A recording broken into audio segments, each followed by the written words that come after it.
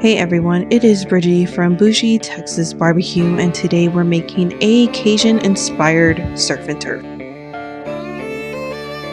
I decided to switch things up, and I am going to prep this tomahawk to be exposed to an open fire cook.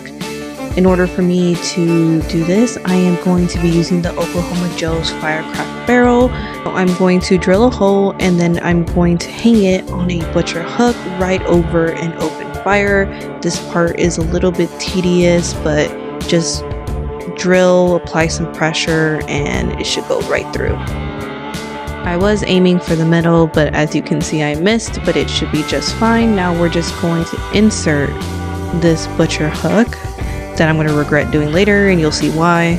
Okay, let's get to seasonings. The problem with tomahawk steaks is that they are so thick, so a lot of seasoning is going to go a long way. I am doing a Cajun inspired tomahawk, so it's going to be garlic powder, onion powder, lots of salt, lots of pepper, and then your choice of Cajun seasoning. I'm using Slap Ya Mama Cajun seasoning, and I'm putting a good amount. Later on, when it's resting, I'm going to top it with a compound Cajun honey butter. This will help that seasoning basically penetrate the meat when we slice, because the butter is just going to melt down.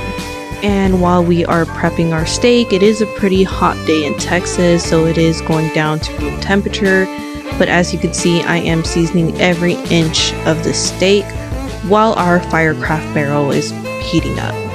And now this next part is totally optional, but I do recommend it just because when meat hangs, it does tend to sag. So I'm going to wrap the steak in twine. You know, the twine that they use to wrap chickens when they are in the rotisserie. It's the same type. You can find it at any local grocery store.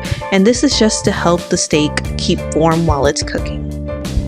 So I'm just going to wrap this up, and then we can move on to the Firecraft and get it prepped for this open fire cook.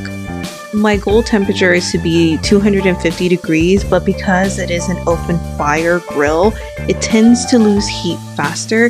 So I'm going to babysit it a little bit, but I feel like 2 chimneys of charcoal should do the trick. Okay, here's the fun part. It's time to hang our steak. Now we are going to open the vents up, leaving that one closed, this one open. And my theory is that my smoke will go in this direction even though it's an open fire grill. Now, one thing I didn't get to show y'all was me actually messing with the charcoal. I ended up moving it closer to the open side of the vent. That was the money spot. I noticed the tip of my tomahawk was getting a little bit too dark for my liking, so I moved it, I want to say roughly 12 to 15 inches away from the steak, and then it started to cook perfectly. Luckily, the tip was full of fat, so none of the meat was affected. Now we're just gonna let the steak do its thing.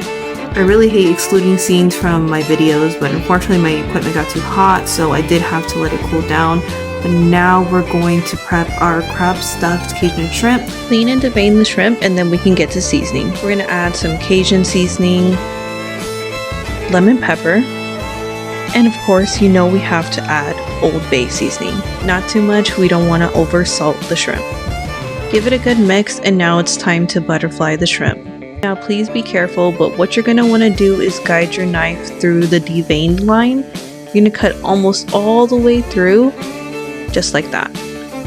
Now you're going to guide your knife a little bit higher towards the tail, but not all the way to the tail. And you will continue to do this process with all the shrimp. But again, guys, please just be careful. Don't cut your fingers off.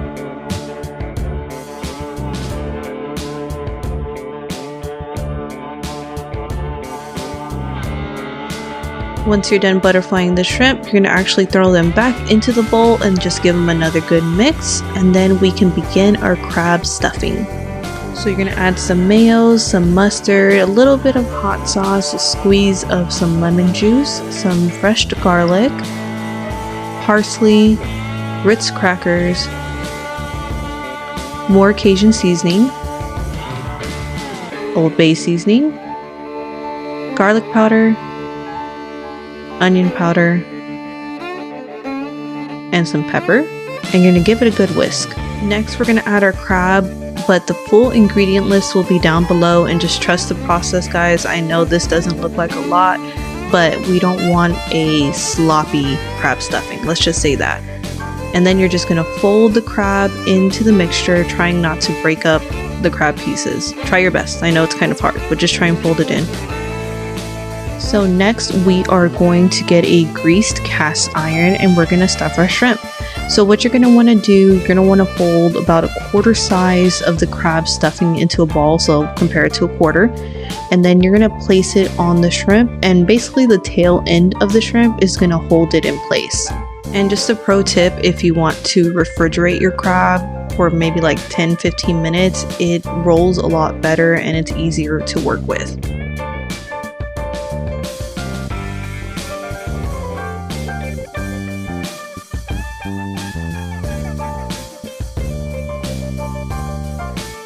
Okay, so now it's time to throw them onto the grill.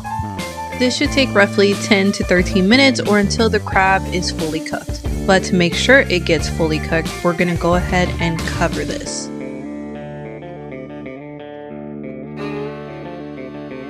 Once our shrimp are almost done, we're going to remove them from the heat and check on our steak. It should be ready to sear.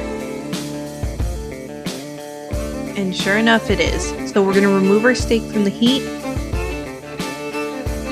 Add some charcoal, some wood chips to get a nice hot fire, and we're gonna let the fire breathe because we still don't want to get none of that dirty smoke flavor. Now we're gonna lower our grate and get ready for searing. Now I don't know about y'all, but I can't get enough video of a steak being seared, and I wish y'all could smell this. The aroma is killing me right now. Now we're just gonna take a moment to admire this beauty. Also, don't forget about your shrimp. This is what they should look like. Now here's the best part.